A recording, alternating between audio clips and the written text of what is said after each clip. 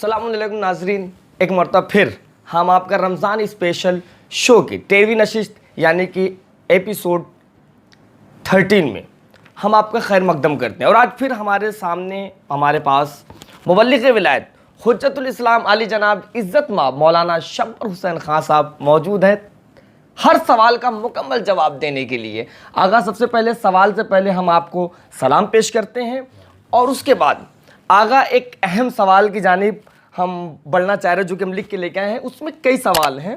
उसकी वजह यह है कि कल आपने बताया था कि हुकूक़ वालिदैन का हक़ क्या है, तो उस लिहाज से हमने कुछ सवाल लिखे हैं और हम चाहते हैं कि हमारे नाज़रीन तक आप पहुँचाएँ कि ज़बान का क्या हक़ है, कान का क्या हक़ है, आँख का क्या हक़ है, सर का क्या हक़ है, हाथों का क्या हक़ है और शिकम का क्या हक़ है। ये आप बताएं ताकि हमारे नाज़रीन फैज़याब हो सकें।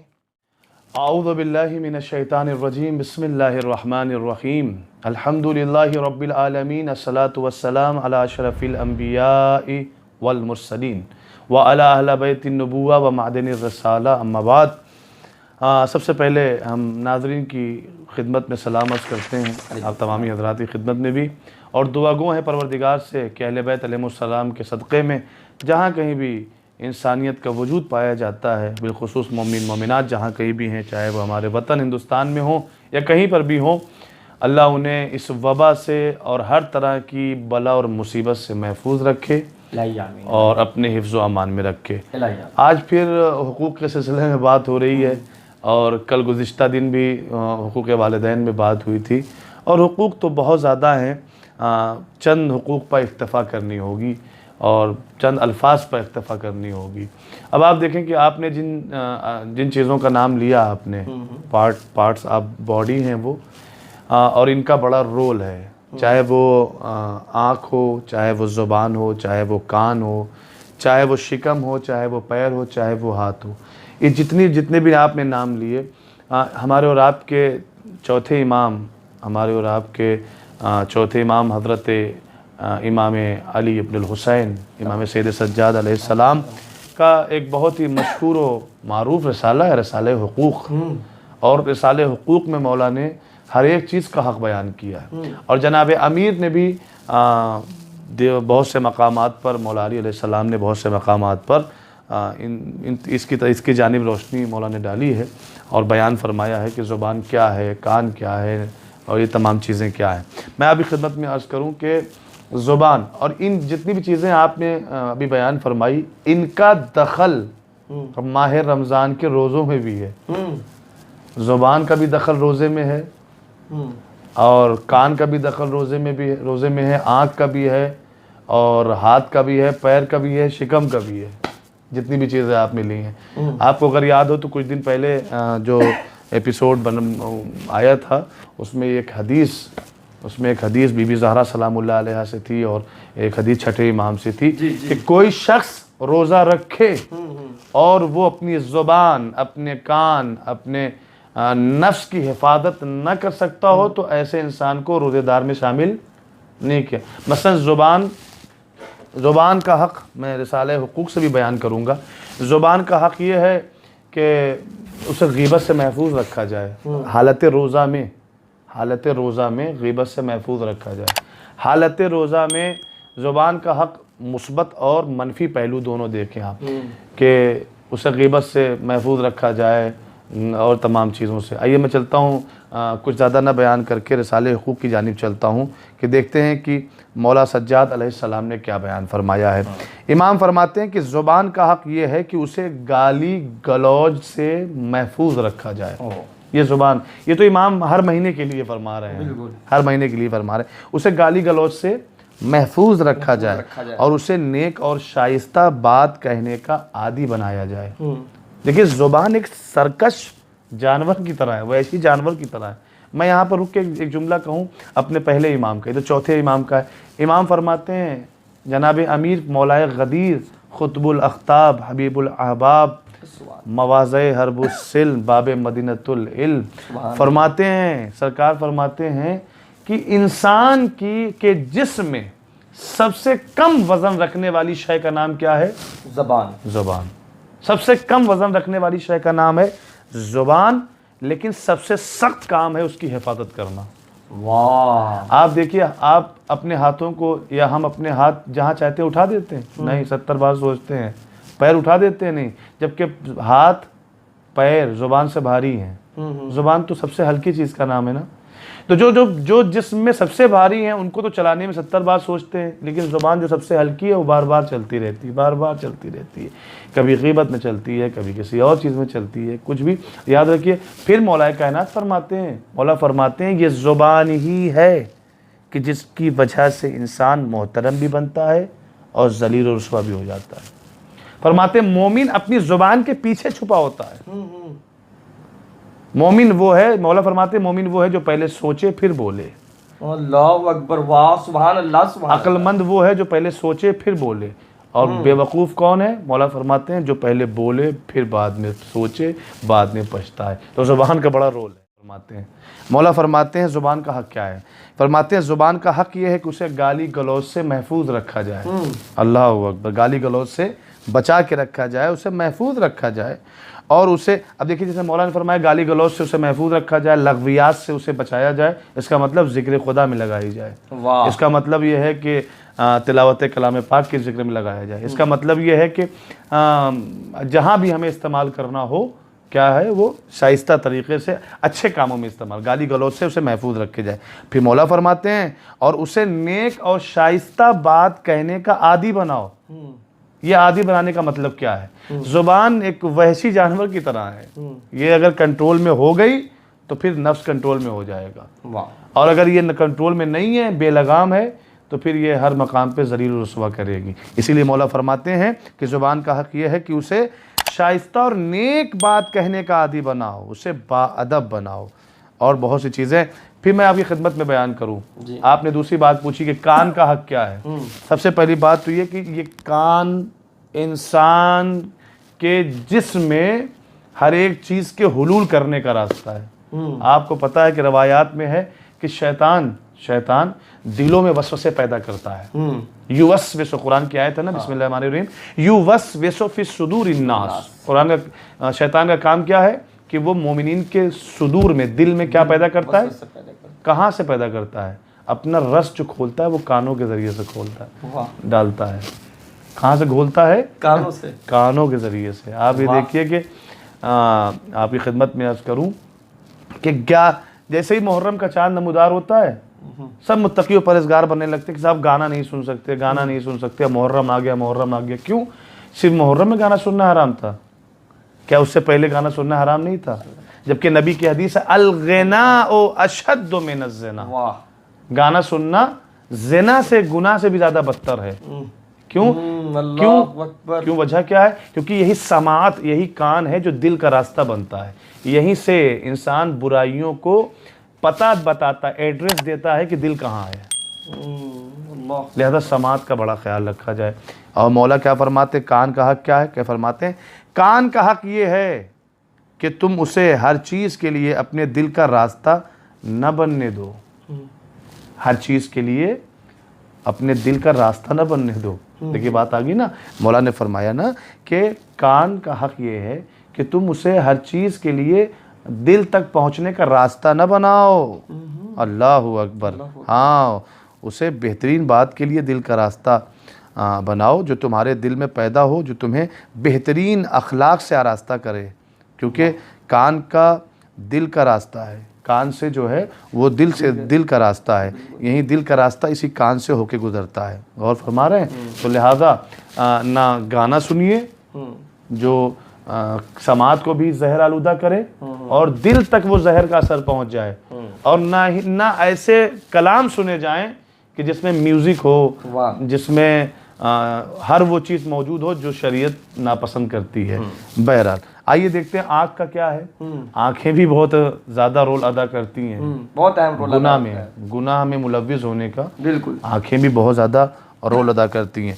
मौला फरमाते हैं कि आँख का हक़ तुम पर यह है कि उसको उस चीज़ से बंद कर लो जो तुम्हारे लिए हलाल और रवा नहीं है, जो तुम्हारे लिए अल्लाह ने हलाल करार नहीं दी है, हराम करार दी है। मौला फरमाते हैं उन तमाम अशिया से अपनी आंखें बंद कर लो, यही उसका आँख का हक़ है। हराम की जानिब न देखो, जो रवा नहीं है दीन मोहम्मदी में, शरीयत मोहम्मदी में, उससे क्या क्या कर लो, अपनी आंखें बंद कर लो। और फरमाते और आँख से वही देखो जिससे इबरत हासिल हो। अल्लाहु अकबर, सुभान अल्लाह, सुभान अल्लाह। फरमाते अपनी आंखों से उन्हीं तमाम अशिया को देखो जिससे इबरत हासिल हो, इबरत हासिल हो, जिससे सबक हासिल हो। अल्लाह अकबर, अल्लाह। अच्छा, फिर आप ये देखिए, आँख से बहुत से ऐसे गुनाह हैं जो इंसान, ये भी जैसे कान दिल तक पहुंचने का रास्ता है, वैसे आँख भी दिल तक पहुंचने का रास्ता है। वो बिल्कुल सेम है।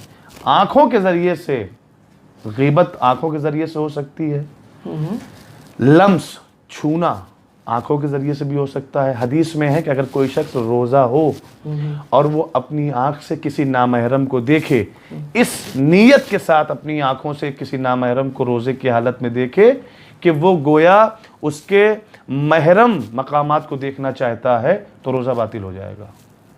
तो देखिए, आंखें रोज़ा भी बातिल करवा देती हैं। अल्लाह अकबर, रोज़ा उसे फ़ायदा नहीं देगा। लिहाजा हदीस में मौजूद है कि अगर वो उसके खदो खाल को देखना चाहता है, उसके यानी महरम मकामात को देखना चाहता है, तो उसको रोज़ा कोई फ़ायदा नहीं देगा। साफ साफ रवायत मौजूद है। बहरहाल चलते हैं साहब, देखते हैं कि पैरों का हक़ क्या है। इमाम फरमाते हैं तुम्हारे पैरों का हक़, बहुत मुख्तसर बयान हो रहा है, इसलिए वक्त को मलूज़ खातिर रखना है। मैं अर्ज़ करूं कि पैरों का हक़ क्या है। इमाम फरमाते हैं तुम्हारे पैरों का हक़ ये है कि उनसे उस रास्ते पर, उस चीज़ की तरफ न जाओ जो तुम्हारे लिए हलाल नहीं है। रास्ते भी देखिए हलाल और हराम है। जिस मौला फरमाते हैं कि अपने पैरों के ज़रिए से उन रास्तों की तरफ न जाओ कि जो तुम्हारे लिए हलाल नहीं है, जो तुम्हारे लिए रवा नहीं है, उनसे महफूज रहो। और उन्हें यानी पैरों को उस रास्ते के लिए अपनी सवारी न बनाओ जो चलने वाले की सुबकी का बाइस बने। मौला फरमाते हैं अपने पैरों का इस्तेमाल उस रास्ते के लिए न करो जो तुम्हें जलील और रुसवा कर दें। अपने पैरों का इस्तेमाल उस रास्ते के लिए न करो जो तुम्हें हल्का कर दें, तुम्हारी शख्सियत को कम वजनी बना दें, यानी वज़न बाकी न रखें। अल्लाह अकबर, अल्लाह अकबर, अल्लाह अकबर। अब साहब बचता क्या है, हाथ का हक़ क्या है। हाथ का हक़ क्या है, और उसके बाद शिकम का हक़ क्या है। थोड़ी थोड़ी बातें मैं बता दूं आपकी खिदमत में, ताकि बात पहुंच जाए। और जिससे शौक़ है वो रिसाले हुकूक़ इमाम का उठा के पढ़ सकता है, जो आसानी से अवेलेबल है। मौला फरमाते हैं हाथ का हक़ क्या है। हाथ का हक़ तुम्हारे ऊपर ये है कि उसे उस चीज़ की तरफ न बढ़ाओ जो तुम्हारे लिए हलाल नहीं है। देखिए हर चीज़ में क्या है, एक चीज़ कॉमन आ रही है। मौला फरमाते हैं कि आँखों को उस तरफ न बढ़ाओ, न देखो जो तुम्हारे लिए हलाल नहीं है। अपने हाथ को न बढ़ाओ, अपने कानों को उस तरफ न ले जाओ, है ना, जो तुम्हारे हलाल नहीं है। अपने पैरों को न ले जाओ जो तुम्हारे लिए हलाल नहीं है। हर एक चीज़ में कॉमन बात आ रही है। इमाम हर हक़ में बार बार एक ही लफ्ज़ इस्तेमाल करके तवज्जो दिलाना चाहते हैं कि तुम्हारे लिए किसी भी सूरत में रवा नहीं है कि तुम उस जानिब जाओ या किसी भी शय से, अपने जिस्म के किसी भी पार्ट से वो काम अंजाम दो कि जहाँ पर अल्लाह ने मना फरमाया है। इसलिए क्योंकि उसमें नुकसान किसका है, बशरियत का नुकसान है। अल्लाह अकबर। मौला फरमाते हैं कि हाथ का हक़ यह है कि तुम्हारे ऊपर यह है कि उसे उस चीज़ की तरफ न बढ़ाओ जो तुम्हारे लिए हलाल नहीं है, क्योंकि अगर ऐसा करोगे तो आखिरत में खुदा के अकाब में, अजाब में मुब्तला हो जाओगे। अगर तुमने अपने हाथों को हराम शय से नहीं बचाया तो फिर आखिरत में परवरदिगार के अजाब से दो चार होना पड़ेगा, और दुनिया में भी लोगों की मलामत के हकदार हो जाओगे। दुनिया में भी हाथ को अगर हराम से नहीं बचाया तो दुनिया में भी लोगों की मलामत के हकदार हो जाओगे, और आखिरत में अल्लाह के अजाब के मुस्तहिक हो जाओगे। आखिरी चीज़ बचती है, शिकम का हक़ क्या है। शिकम का हक़ क्या है। देखिए शिकम, मैं इमाम का वो पढ़ने से पहले एक छोटी सी बात अर्ज़ करूँ। शिकम के सिलसिले में हमेशा मासूमी ने भी फरमाया है, सबने फरमाया, शिकम के सिलसिले में हाथ और शिकम ये दो चीज़ बहुत ही अहम है। इसमें हमेशा इंसान को ख्याल रखना चाहिए। अपना खा रहा है तब भी ख्याल रखे, दूसरे का खा रहा है तब भी ख्याल रखे। ज़्यादा खा लेने से इंसान सुस्ती पैदा होती है, ज़्यादा खा लेने से इंसान इबादत इलाहिया में माने पैदा हो जाता है जी, रुकावट पैदा हो जाती है। अब गौर फरमाएं कि शिकम का हक़ क्या है। हमारे चौथे इमाम ने क्या फरमाया। इमाम फरमाते तुम्हारे शिकम का हक़ ये है कि उसे कलील और कसीर हराम का ज़र्फ़ न बनाओ। चाहे थोड़ा से हो चाहे ज़्यादा से हो, हराम अगर है तो उसे शिकम, अपने शिकम को उसका ठिकाना न बनाओ। न थोड़ा सा हराम जाने दो, न ज़्यादा सा हराम जाने दो। इमाम देखिए क्या फरमाते हैं, न कलील न कसीर, हराम का ज़र्फ न बनाओ, जंघा न बनाओ, बल्कि हलाल में से भी उसे उसके अंदाजे के मुताबिक दो। हलाल रिस्क अगर उसे देना चाहे तो अपने शिकम को तो एक अंदाजे, एक मिकदार के मुताबिक दो उसे, ताकि उसे जो तक़वियत मिले वो उसके हद के मुताबिक मिले, तक़वियत मिले। हाँ, शिकम सहरी अगर हो जाती है, बहुत ज़्यादा इंसान खा लेता है, तो फिर उसमें इंसान सुस्ती पैदा हो जाती है। मैं आपकी खिदमत में अर्ज़ करूँ, हज़रत ईसा अलैहिस्सलाम के पास शैतान आया। हज़रत ईसा अलैहिस्सलाम के पास शैतान आया और आने के बाद कहता है कि या नबी अल्लाह, हज़रत ईसा सलाम किया उसने, तो हज़रत ईसा ने देखा तू हमारे पास और रोज़ आता है, कई बार आ चुका है, हाँ, वजह क्या है? तो हज़रत ईसा से शैतान कहता है कि आपका एक काम मुझे बड़ा पसंद है, इसलिए मैं बार बार आपके पास आता हूँ। हज़रत ईसा ने कहा कि कौन सी ऐसी बात है जो मेरी पसंद है? तो कहता है या नबी अल्लाह, आप कभी कभी कुछ ग़िज़ाएँ ऐसी हैं जो बहुत ज़्यादा ले लेते हैं, कुछ ग़िज़ाएँ ऐसी हैं जो आप बहुत पसंद फरमाते हैं तो अपनी मिक़दार से ज़्यादा खा लेते हैं, वो मिक़दार से ज़्यादा खाना मुझे बड़ा पसंद आ गया। तो हज़रत ईसा ने फरमाया खुदा की कसम, आज के बाद से मैं अपनी पसंदीदा चीज़ को कभी भी भरपेट नहीं खाऊंगा। तो शैतान ने कहा कि खुदा की कसम, आज के बाद मैं किसी को नसीहत भी नहीं करूंगा। अल्लाहु अकबर, सुभान देखिए अल्लाह। एक किताब छपी है जिसका नाम है इब्लीस नामा, 2 जिल्दों में है इब्लीस नामा, उसमें ये रवायत आपको मिल जाएगी। हज़रत ईसा ने क्या फरमाया, खुदा की कसम आज के बाद मैं उन चीज़ों का इस्तेमाल जो मुझे बहुत पसंद है शिकम सहरी के लिए कभी नहीं करूँगा, बहुत थोड़े में काम चला लूँगा, बहुत थोड़े से खा के किफ़ायत कर लूँगा। तो शैतान कहता है आज के बाद मैं किसी को नसीहत भी नहीं करूँगा। अल्लाह अकबर। तो इसका मतलब ये है मेरे अजीज़ों, देखने वालों, माँ और बहनों और भाइयों, बुज़ुर्गों, सब से, कि जो जिसका हक़ है अगर उसे पूरा करते रहे तो इंशाअल्लाह वो दिन भी आएगा कि जब हम क़ुर्ब इलाही हासिल कर लेंगे और अल्लाह के मुअज़्ज़िज़ बंदों में शामिल हो जाएंगे और ख़ुद भी आखिरत के रास्ते पर चल पड़ेंगे और अपने अतराफ़ में अपने घर वालों को, अपने भाइयों को, अपने दोस्तों को, अहबाब को, सबको इंशाअल्लाह दावत दीन देते हुए नज़र आएंगे और सिरात मुस्तकीम पर चलने की दावत देते नज़र आएंगे। उम्मीद है इंशाअल्लाह आप तक बात पहुँची होगी। दुआओं में याद रखें। सुभान अल्लाह का, सुभान अल्लाह, बहुत ही उम्दा जवाब। एक एक जिस्म के एक एक आज़ा के हुकूक आगा ने बताए, जितने भी हमने सवाल किए आगा ने हर चीज़ का बहुत ही उम्दा और बहुत ही इबरतखेज़ हमें हक़ पहुँचाया हम तक और एक एक चीज़ की हमें नॉलेज दिया। हम उम्मीद करते हैं कि जितने लोग इस वक्त देख रहे हैं ये वीडियो, तमाम लोग इससे इबरत हासिल किए होंगे और तमाम लोग फैज़याब हुए होंगे। अगर आपको ये वीडियो अच्छी लगी है तो फिर ज़्यादा से ज़्यादा शेयर कीजिए। इसी तरह हम हर रोज़ दिन में 2 बजे रमज़ान स्पेशल शो आपकी खिदमत में हाजिर करते रहेंगे।